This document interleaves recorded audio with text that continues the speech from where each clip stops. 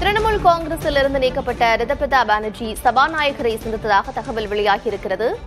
தன்னை எதிர்க்கட்சித் தலைவராக அங்கீகரிக்க கோரி ரிதப்ரதா கடிதம் அளித்ததாகவும் தகவல் வெளியாகியிருக்கிறது. அண்மைச் செய்தியை பார்க்கிறோம். மேற்கு வங்கத்தில் தற்போது நடைபெற்ற சட்டமன்ற தேர்தலில் பாஜக ஆளும் கட்சியாக பொறுப்பேற்றிருக்கிறது. இந்நிலையில் திரிணாமுல் காங்கிரஸில் தன்னை எதிர்க்கட்சிக்கு தலைவராக அங்கீகரிக்க கோரி ரிதப்ரதா தன்னை எதிர்க்கட்சித் தலைவராக அங்கீகரிக்க வேண்டும் என்று சபாநாயகரை சந்தித்ததாக தகவல் வெளியாகியிருக்கிறது. ஏற்கனவே எம்எல்ஏ சோபன் தேவ் எதிர்க்கட்சித் தலைவராக அறிவிக்கப்பட்டிருந்த நிலையில் இந்த திருப்பம் ஏற்பட்டிருக்கிறது. திரிணாமுலில் உள்ள 80 எம்எல்ஏக்களில் 20 பேர் மட்டுமே மம்தா நடத்திய கூட்டத்திற்கு வந்திருந்தார்கள்.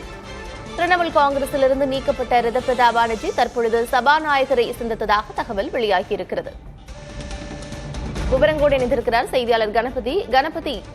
திரிணாமுல் காங்கிரஸில் இருந்து நீக்கப்பட்ட ரிதப்ரதா பானர்ஜி சபாநாயகரை சந்தித்ததாக தகவல் வெளியாகியிருக்கிறது. என்னென்ன விஷயங்களை சொல்றாங்க, கட்சி வட்டாரங்கள் என்ன சொல்லுது? சட்டசபை தேர்தலில் தோல்வி அடைந்த பிறகு திரிணாமுல் காங்கிரஸ் கட்சியின் சட்டமன்ற உறுப்பினர்களிடையே பல்வேறு உட்கட்சி பிரச்சனைகள் பூதாகரமாக வெடித்திருக்கின்றன. நீங்கள் சொன்னது போல ரிதப்ரதா பானர்ஜி மற்றும் சந்தீபன் சாஹா இந்த 2 நபர்கள் ஏற்கனவே திரிணாமுல் காங்கிரஸ் கட்சியிலிருந்து மம்தா பானர்ஜியால் சமீபத்தில் நீக்கப்பட்டிருக்கிறார்கள். நீக்கப்பட்ட இருவரும் தங்களுக்கு 59 சட்டமன்ற உறுப்பினர்களின் ஆதரவு இருக்கிறது என தெரிவித்திருக்கிறார்கள். திரிணாமுல் காங்கிரஸ் கட்சிக்கு சமீபத்தில் நடந்த சட்டப்பேரவை தேர்தலிலே 80 சட்டமன்ற உறுப்பினர்கள் தேர்வாயினர். அதிலே 59 பேர், அதாவது பெரும்பாலும் எங்களுக்கு ஆதரவாக இருக்கிறார்கள் என்று அவர்கள் பேசி வருகிறார்கள்.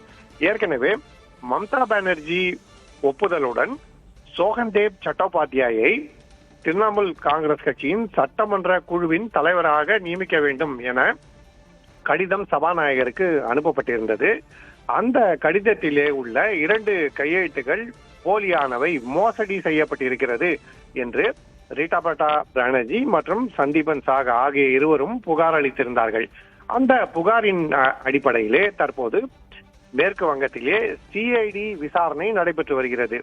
அந்த கையெழுத்துகள் மோசடி செய்யப்பட்டிருக்கிறது என்ற புகாரின் அடிப்படையில் அபிஷேக் பானர்ஜிக்கு சிஐடி சம்மனும் அனுப்பப்பட்டிருக்கிறது. அவர் விசாரணைக்கு ஆஜராவதற்காக அவகாசம் தேவை என கேட்டுக்கொண்டிருக்கிறார். இத்தகைய சூழலில்தான் ஏற்கனவே கட்சிக்குள் இருந்த பல்வேறு உட்கட்சி பிரச்சனைகளின் அடிப்படையில் தற்போது திரிணாமுல் காங்கிரசின் சட்டமன்ற உறுப்பினர்கள் 2 குழுக்களாக பிரிந்திருக்கிறார்கள். மம்தா பானர்ஜி மற்றும் அபிஷேக் பானர்ஜிக்கு ஆதரவாக ஒரு குழு செயல்படுகிறது, அவர்களுக்கு எதிராக இன்னொரு குழு செயல்படுகிறது. எதிராக உள்ள குழுவுக்கு 59 சட்டமன்ற உறுப்பினர்களின் ஆதரவு இருக்கிறது என ரிதப்ரதா பானர்ஜி மற்றும் சந்தீபன் சாஹா தெரிவித்துள்ளனர். இந்நிலையில்தான் அவர்கள் ஒரு கடிதத்தை சபாநாயகருக்கு அளித்திருக்கிறார்கள்.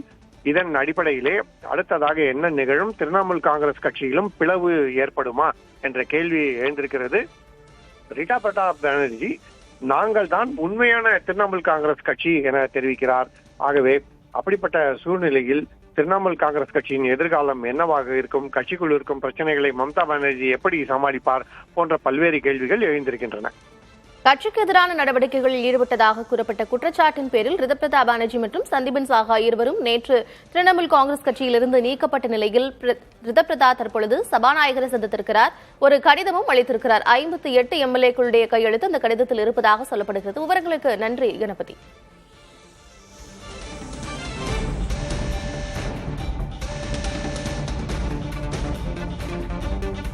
திரிணாமுல் காங்கிரஸ் கட்சியிலிருந்து நீக்கப்பட்ட ரிதப்ரதா பானர்ஜி சபாநாயகரை சந்தித்ததாக தகவல் வெளியாகியிருக்கிறது. தன்னை எதிர்க்கட்சித் தலைவராக அங்கீகரிக்க கோரி ரிதப்ரதா கடிதம் அளித்ததாக தகவல் வெளியாகியிருக்கிறது. சபாநாயகரிடம் ரிதப்ரதா தந்த கடிதத்தில் 58 எம்எல்ஏக்களின் கையெழுத்து இருந்ததாகவும் கூறப்படுகிறது. ஏற்கனவே எம்எல்ஏ சோபன் தேவ் எதிர்க்கட்சித் தலைவராக அறிவிக்கப்பட்டிருந்த நிலையில் தற்பொழுது ரிதப்ரதா சபாநாயகரை சந்தித்திருப்பது முக்கியத்துவம் பெறுகிறது. தமிழ்நாட்டில் அதிமுக போலவே திரிணாமுல் காங்கிரஸ் கட்சியும் சிதறடிக்கப்படுகிறதா என்ற கேள்வி எழுந்திருக்கிறது. கட்சியிலிருந்து நீக்கப்பட்ட ரிதப்ரதா பானர்ஜி சபாநாயகரை சந்தித்திருக்கிறார் என்ற தகவல் வெளியாகியிருக்கிறது.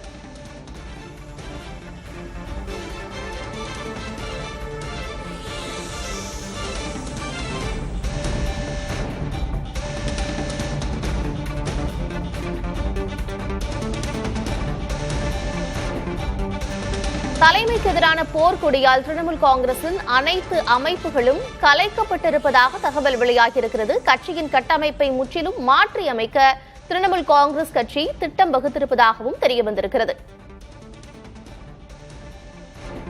சட்டமன்ற தேர்தலில் தோல்வியை தழுவிய பிறகு தலைமைக்கு எதிரான போர்க்கொடியால் திரிணாமுல் காங்கிரஸில் கட்டமைப்பை மாற்றி அமைப்பதற்கான மும்முரம் காட்டப்படுகிறது. சபாநாயகரிடம் ரிதப்பிரதா தந்த கடிதத்தில் ஏற்கனவே 58 எம்எல்ஏக்களின் கையெழுத்திருந்ததாக கூறப்படும் நிலையில் தற்பொழுது கட்சியில் உட்கட்டமைப்புகள் மாற்றி அமைக்கப்படும் என்றும் உட்கட்சி அமைப்புகள் அதனால் கலைக்கப்பட்டிருக்கின்றன என்றும் தகவல் வெளியாகியிருக்கிறது.